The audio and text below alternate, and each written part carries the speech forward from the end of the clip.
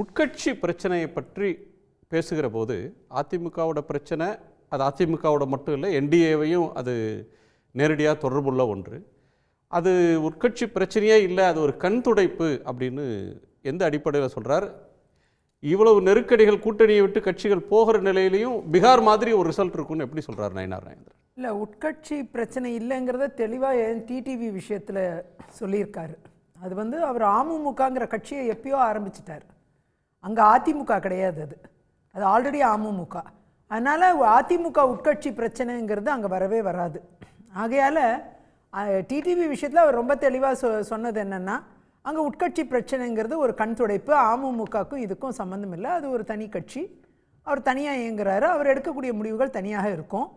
அவரை அழைக்கிறது, அவர் இந்த கூட்டணியில் இருக்கிறது, இதுக்கு முன்னாடி அவர் இல்லாமல் இருந்தப்போ அதிமுக பெரும்பான்மையான வாக்குகளை பாஜக கூட்டணியில் வாங்கினது, அதெல்லாம் வச்சு பார்க்கும்போது 42% மேலான வாக்குகளை பெற்றிருந்தாங்க அந்த டைமில் அதிமுக பாஜக கூட்டணி. அப்படிலாம் பார்க்கும்போது அந்த டைமில் டிடிவி கிடையாது கூட. அப்படி இருக்கும்பொழுது அது அமமுகங்கிற ஒரு தனி கட்சி. ஆக அவர் எடுக்கக்கூடிய முடிவு அவருடைய கட்சி நலன் சார்ந்து எடுக்கக்கூடிய முடிவுகள். அமமுக மட்டும் அதில் கன்ஃபைன் பண்ணல, செங்கோட்டையன் இஷ்யூ இருக்குது, ஓபிஎஸோட ப்ராப்ளம் இருக்குது. செங்கோட்டையன் ஏற்கனவே விஜய் கட்சியில் போய் சேர்ந்துட்டார் இல்லையா? இப்போ இனிமேல் அதில் ஒரு உட்கட்சி பூசல்னா சொல்கிறதுக்கு வாய்ப்பே கிடையாது. அவர் போயாச்சு, போய் அடுத்த கட்சிக்கும் போயிட்டார் அவர்.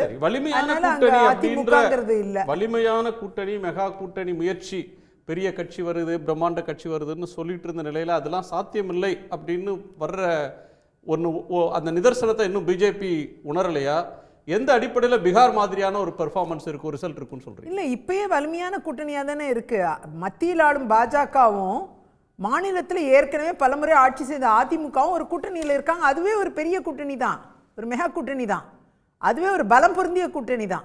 இதுக்கு மேலே யார் சேர்ந்தாலும் கூடுதல் பலமாக இருக்கும், அப்படி தான் அதை பார்க்கணும். ஆல்ரெடி பாஜக அதிமுக கூட்டணி நிரூபித்த கூட்டணி, களத்தில் நிரூபித்து போன முறை எதிர்கட்சியாக அவங்க உட்கார்ந்தது மட்டும் கிடையாது, 45% வாக்குகளை பெற்ற கூட்டணி. அப்படி இருக்கும் பொழுது அது ஒரு பலம் இல்லாத கூட்டணின்னு எப்படி சொல்லுங்க? அது பலம் பொருந்திய கூட்டணி. பிஜேபி சேர்ந்து ஜெயிச்சிருந்தா அது பலமான கூட்டணின்னு சொல்லலாம். ஏடிஎம்கே பிஜேபி நாடாளுமன்ற தேர்தலில் சேர்ந்து போட்டிட்டாங்க, 2019 தோல்வி, சட்டமன்ற தேர்தலில் சேர்ந்து போட்டிட்டாங்க தோல்வி. அது எப்படி தோற்று போன ஒரு அணி எப்படி பலமான கூட்டணின்னு சொல்லுங்க? அடுத்த முறை வெற்றி பெறும், அதற்குண்டான சாத்தியக்கூறுகள் இருக்கு. ஓகே, அப்படிதான் அதை பார்க்கணும். பீகார் தேர்தல் மாதிரி நிச்சயமா இதுவும் ஒரு ஸ்வீப்பிங் விக்டரியா இருக்குங்கிறது எங்களுடைய எதிர்பார்ப்பு. நிச்சயமா அதற்குண்டான வெற்றி களம் என்பது 2026 தெளிவாக இருக்கிறது என்பதுதான் அதிமுக பாஜக தேசிய ஜனநாயக கூட்டணியின் முன்மொழிவாக இருக்கிறது. அதுல எந்த மாற்று கருத்தும் இல்லை. உடனுக்குடன் செய்திகளை தெரிந்து கொள்ள சன் நியூஸ் பெல் ஐகானை கிளிக் பண்ணுங்க.